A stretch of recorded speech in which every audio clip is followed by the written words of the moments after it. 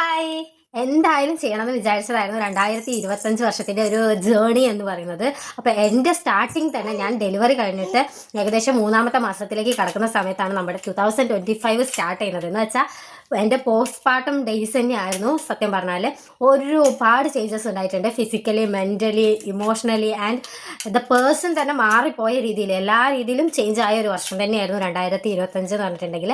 2025 start ചെയ്യുന്ന സമയത്ത് ഞാൻ ഇങ്ങനെയായിരുന്നു ആൻഡ് എൻ്റെ ചെയ്യുന്ന സമയത്ത് ഇതാ ഈ രീതിയിലാണ് ഉള്ളത്. 2025 സ്റ്റാർട്ട് ചെയ്യുന്ന സമയത്ത് എൻ്റെ ഹെയർ ഈ രീതിയിലായിരുന്നു ഉണ്ടായിരുന്നത് ആൻഡ് എൻ്റെ ചെയ്യുന്ന സമയത്ത് ഈ രീതിയിലാണ് ഉള്ളത്. പിന്നെ ആൻസൈറ്റി, ഡിപ്രഷൻ, അതുപോലെ തന്നെ എല്ലാ തരത്തിലുമുള്ള എല്ലാ മൂഡ് സ്വിങ്സും കാര്യങ്ങളും എല്ലാം ഉണ്ടായിട്ടുള്ള ഒരു വർഷമായിരുന്നു.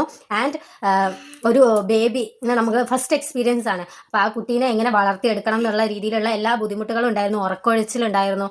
ഒരു 7-8 മാസമൊക്കെ ആയപ്പോഴാണ് ബേബി കുറച്ചൊന്ന് നൈറ്റ് ഉറക്കം ഒന്ന് സ്ഥിരമായി തുടങ്ങിയത്. അതുവരെ നല്ല രീതിയിൽ ബുദ്ധിമുട്ടായിരുന്നു. അപ്പോൾ ആ ഉറക്കം ഇല്ലായിക ആൻഡ് കുട്ടി ഉറങ്ങിയിട്ടും ഇപ്പം സ്റ്റിൽ എനിക്ക് ഉറക്കം കിട്ടി വരാൻ ഒരു ഏകദേശം 1 മണി ആ ഒരു സമയമെങ്കിലും ആവുന്നുണ്ട്. അപ്പോൾ ലേറ്റ് നൈറ്റ് ആയിട്ട് തന്നെയാണ് 2025 മൊത്തം ഞാൻ ഉറങ്ങിയിട്ടുള്ളത്. അതുപോലെ തന്നെ ആൻസൈറ്റി ഭയങ്കരമായിട്ട്, അത് ഇപ്പോൾ എടുക്കുന്ന ഒരു ബുദ്ധിമുട്ടാണ് ആൻസൈറ്റി എന്ന് പറഞ്ഞിട്ടുണ്ടെങ്കിൽ. അത് ഈ വർഷമാണ് എനിക്ക് സ്റ്റാർട്ട് ചെയ്തിട്ടുള്ളത്. പിന്നെ ഓവർ തിങ്കിങ്ങും കാര്യങ്ങളൊക്കെ പണ്ട് മുതലേ ഉണ്ട് ആൻഡ് അത് ഇപ്പോഴും തുടർന്ന് തന്നെ പോകുന്നു. ഓവറോൾ ഈ വർഷം എങ്ങനെ ഉണ്ടായിരുന്നു എന്ന് ചോദിച്ചു കഴിഞ്ഞാൽ ഒരു മിക്സഡ് ഫീലിംഗ് ആണെങ്കിലും കുറേ കഷ്ടപ്പാടുകളും കുറച്ച് സന്തോഷങ്ങളും ഒക്കെ ഉള്ളൊരു വർഷമായിരുന്നു. ആൻഡ് ലൈഫിൽ കുറേ എനിക്ക് ഞങ്ങളുടെ സെക്കൻഡ് വെഡിങ് ആനിവേഴ്സറി ഈ വർഷമായിരുന്നു. അതുപോലെ തന്നെ എൻ്റെ ബേബിൻ്റെ എല്ലാ ഫസ്റ്റ് ബർത്ത്ഡേ ആണെങ്കിലും അങ്ങനെയുള്ള കുറേ കാര്യങ്ങൾ, ഞാൻ 25 ഇയേഴ്സ് ഓൾഡ് ആയത് ഈ വർഷമാണ്. അങ്ങനെ കുറച്ച് സ്പെഷ്യലായിട്ടുള്ള കാര്യങ്ങളൊക്കെ ഉണ്ടായിട്ടുണ്ട്. എന്നിരുന്നാലും കുറച്ചധികം നമ്മൾ ഇമോഷണലി തകർന്നു പോകുന്ന കുറേ സിറ്റുവേഷൻസ് ഉണ്ടായ ഒരു വർഷമാണ്. ഫാമിലിയിൽ ഒരുപാട് പ്രോബ്ലംസ് ഒക്കെ ഉണ്ടായിരുന്ന വർഷമാണ്. ആൻഡ് അതൊക്കെ പിന്നീട് മാറി ഒരു 2025 എൻ്റെ ആകുമ്പോൾ തന്നെ അതെല്ലാം സോർട്ട് ഔട്ട് ആയിട്ട് വന്നിട്ടുണ്ട്. സോ ഒരുപാട് കാര്യങ്ങൾ പഠിക്കാൻ പറ്റിയിട്ടുണ്ട്, ഒരുപാട് ആൾക്കാരെ മനസ്സിലാക്കാൻ പറ്റി, ഒരുപാട് ആൾക്കാരെ ഏതൊക്കെ രീതിയിലാണ് നമ്മുടെ അടുത്ത് പെരുമാറുന്ന രീതിയല്ല, നമുക്ക് ജെനുവിൻലി നമ്മുടെ കൂടെയുള്ള ആളുകൾ എങ്ങനത്തെ ആളുകളാണ് എന്നുള്ള കാര്യങ്ങളൊക്കെ ക്ലിയർ ആയിട്ട് മനസ്സിലാക്കാൻ പറ്റിയൊരു വർഷമാണ്.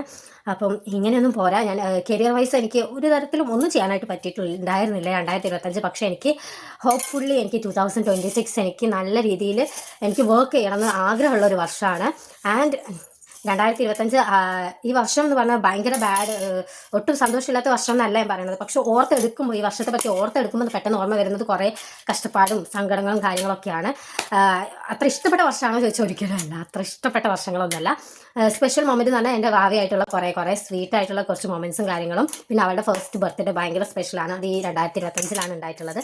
സോ അത്രയൊക്കെയുള്ളൂ നമ്മുടെ 2025 ജേണി. അപ്പോൾ ഓക്കെ, ബൈ.